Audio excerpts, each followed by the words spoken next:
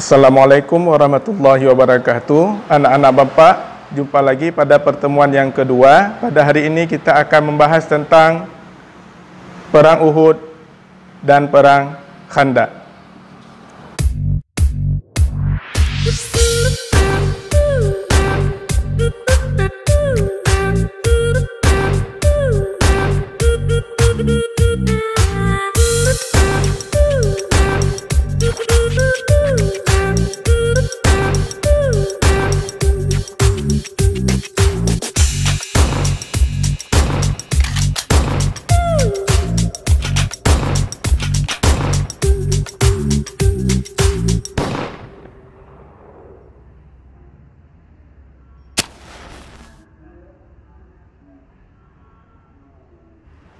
Anak-anak Bapak, tentu anak-anak Bapak masih ingat cerita kemarin tentang Perang Badar, di mana Perang Badar terjadi karena kafir Quraisy merampas harta kaum muslimin yang hijrah ke kota Madinah.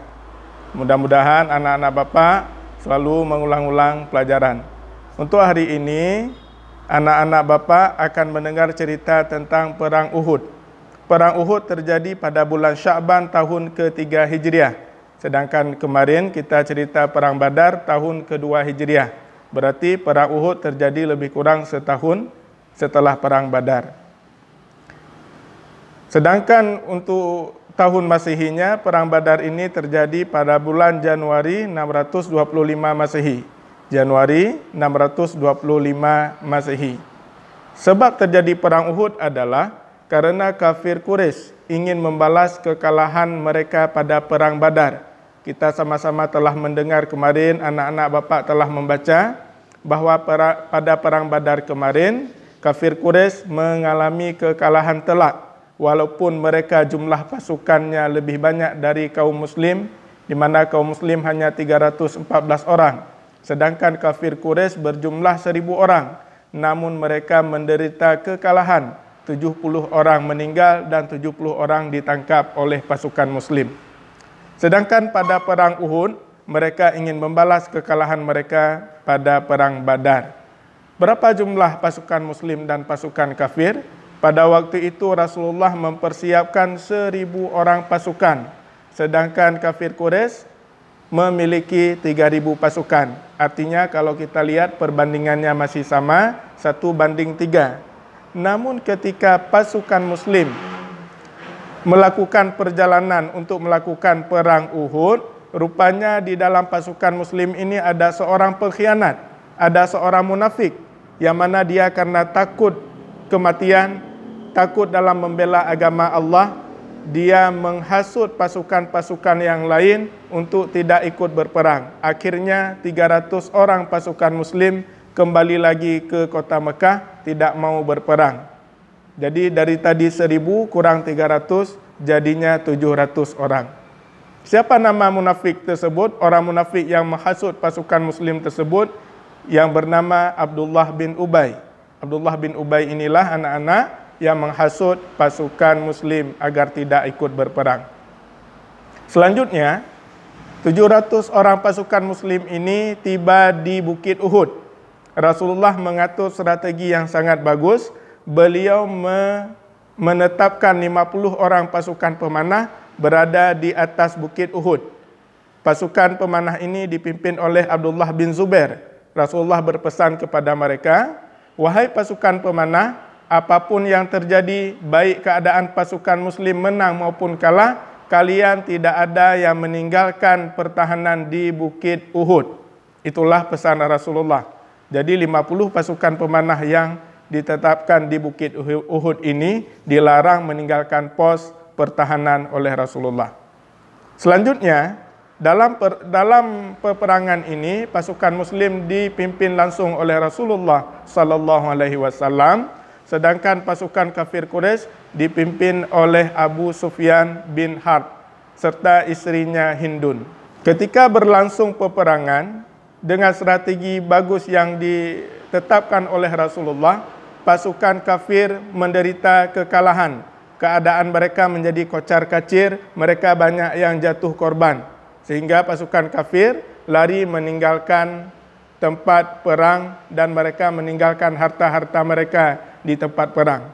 Melihat kejadian tersebut, beberapa orang pasukan pemanah menjadi tergiur. Mereka melihat harta yang ditinggalkan oleh pasukan kafir Quraisy.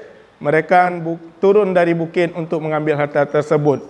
Namun pemimpin pasukan pemanah tadi, yaitu Abdullah bin Zubair, mengingatkan mereka, "Wahai kawanku, wahai para sahabat, jangan meninggalkan tempat pertahanan ini. Wah, ingatkah kalian tentang pesan Rasulullah tadi?" Namun mereka tidak menghiraukan peringatan dari Abdullah bin Zubair. Mereka tetap turun untuk mengambil harta rampasan perang yang ditinggalkan oleh kafir Quraisy. Ketika kafir Quraisy melihat kejadian tersebut, mereka melihat bahwa tempat strategis, yaitu Bukit Uhud, sudah berkurang pasukannya. Akhirnya pasukan Quraisy secara diam-diam dipimpin oleh Khalid bin Walid merebut bukit pertahanan yang ada di Bukit Uhud, tempat pertahanan strategis tersebut. Akhirnya ketika Bukit Uhud berhasil direbut oleh kafir Quraisy, arah peperangan menjadi berubah. Sebelumnya pasukan Islam hampir menang, namun ketika kafir Quraisy merebut Bukit Uhud dan mereka bisa memanah pasukan Islam dari atas, pasukan Islam menderita kekalahan. Dalam kondisi tersebut, Rasulullah memerintahkan pasukannya untuk menarik diri menuju bukit. Akhirnya pasukan Islam kalah dalam perang Uhud, serta 70 orang pasukan Muslim menjadi syahid atau syuhada dalam perang Uhud. Anak-anak bapak sekalian, kalau kita analisa, kalau kita lihat sebab-sebab kekalahan pasukan Muslim pada perang Uhud, yang pertama karena mereka tidak mengikuti pesan Rasulullah. Yang kedua, ada orang munafik yang menghasut pasukan Muslim sehingga jumlah pasukan Muslim berkurang 300 orang. Selanjutnya, anak-anak bapak, kita akan belajar tentang perang Khandaq. Perang Khandaq terjadi karena ada beberapa orang Yahudi yang terusir dari kota Madinah. Ketika Rasulullah hijrah ke kota Madinah, Rasul bersama sahabatnya dan orang-orang Islam yang ada di kota Madinah membuat perjanjian dengan orang Yahudi agar tidak saling menyerang maupun berperang. Namun rupanya kaum Yahudi menyalahi perjanjian tersebut. Karena itu Rasulullah mengusir kaum Yahudi tersebut dari kota Madinah. Yahudi yang merasa marah tersebut, kaum Yahudi yang merasa marah, mereka menghasut kafir Quraisy yang ada di kota Mekah untuk sama-sama menyerbu kota Madinah. Jadi kalau kita simpulkan, alasan terjadi perang Khandaq atau perang Ahzab karena kaum Yahudi merasa dendam diusir dari kota Madinah. Anak-anak bapak sekalian, ada salah seorang sahabat Rasulullah yang bernama Salman Al-Farisi. Salman ini adalah seorang Persia yang masuk Islam. Dia mengusulkan sebuah strategi kepada Rasulullah, yaitu menggali parit di sekeliling kota Madinah. Akhirnya strategi itu diterima oleh Rasulullah. Rasul beserta sahabat sama-sama bekerja siang dan malam untuk menggali parit. Parit dalam bahasa Arab disebut dengan Khandaq. Makanya perang tersebut diistilahkan dengan perang Khandaq. Pada perang Khandaq ini jumlah pasukan Muslim adalah 3.000 orang, sedangkan pasukan kafir Quraisy berjumlah 10.000 orang. Suatu perbandingan yang sangat jauh. Ketika kafir Quraisy melihat bahwa kota Madinah sudah dikelilingi oleh parit, akhirnya mereka mengepung kota Madinah. Mereka mendirikan tenda-tenda sambil sesekali menyerang penduduk Madinah dengan panah-panahnya. Penduduk Madinah waktu itu sangat menderita kerugian karena mereka dikepung oleh kafir Quraisy yang bekerja sama dengan kaum Yahudi. Akhirnya Allah menurunkan bantuannya kepada pasukan Muslim. Allah mengirimkan angin yang kencang, di mana angin itu menerbangkan kemah-kemah pasukan kafir Quraisy dan pasukan Yahudi. Peristiwa tersebut disebutkan dalam Al-Quran Al-Ahzab ayat 9.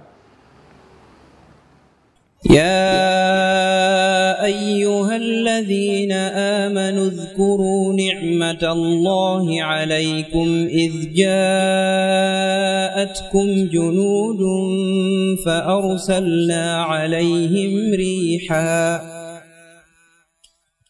فأرسلنا عليهم ريحا وجنودا لم تروها وكان الله بما تعملون بصيرا.